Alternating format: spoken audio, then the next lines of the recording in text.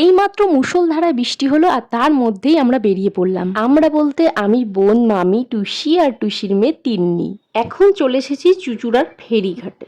লঞ্চে করে যাব ওপারে। ওপারে হালি শহরে আমার নিজের মামা বাড়ি। মামি বেশ কয়েকদিন ধরে একটু অসুস্থ আছে, আর অনেক দিন হয়েও গেল মামির সাথে দেখা হয়নি।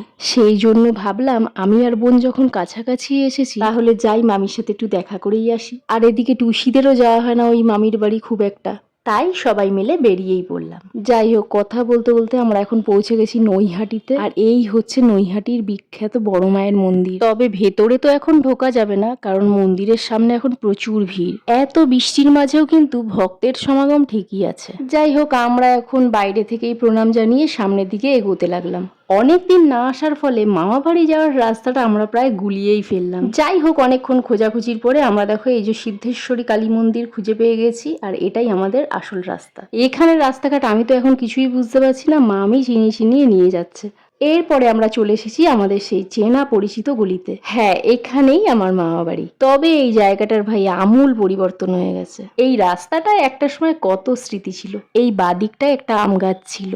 ছোটবেলায় যখন মামা বাড়ি আসতাম আর দুপুরে যখন সবাই ঘুমিয়ে পড়তো, মামা তো দাদার সাথে এসে এই আম গাছে কত আম পেরেছি। এখানে একটা বাগান ছিল, সেই বাগান তো এখন আর নেই, হয়ে গেছে একটা ঝাঁ চকচকে রিসর্ট। প্রায় 15-16 বছর বাদে আমি এই মামা বাড়ি এসেছি। মামা মারা গেছে বছর কয়েক হয়ে গেছে, আর দাদা দিদিরা যে যার মতন কাজে ব্যস্ত, আর মামি একা এ বাড়িতে থাকে। এই হলো আমার দিদার কৃষ্ণ রাধার বিগ্রহ। যখন আমরা ছোট ছিলাম তখন এই ঠাকুরের অনেক পুজো করেছি। দিদা পাশে বসিয়ে শিখাতো কিভাবে ঠাকুরের পুজো করা হয়। ছোটবেলায় তখন কতটা ভক্তি ছিল জানি না, তবে ঠাকুরের তখন ওই 3 বেলা পুজো করতে বেশ ভালোই লাগতো। তো যাই হোক, মামি আবার এত কিছুর মাঝে বোনের আইবুড়ো ভাতের আয়োজন করেছে। এরপর মামির সঙ্গে অনেকটা সময় কাটাবার পরে আমরা বেরিয়ে পড়লাম। ফেরার পথে আবারও লঞ্চে উঠলাম, আর গঙ্গার সৌন্দর্য উপভোগ করতে করতে আমরা ফিরে চললাম চুঁচুড়ার দিকে।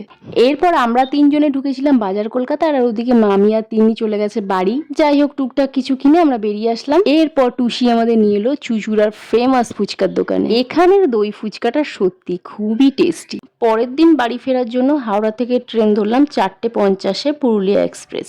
আর ট্রেনে ওঠার আগে খাবার নেব না এটা তো হতেই পারে না, তাই খাবারও নিয়ে নিয়েছি, আর এখন সেটা শুরুও করব। তো চলো, বাই, দেখা হচ্ছে আবার নেক্সট ব্লগে।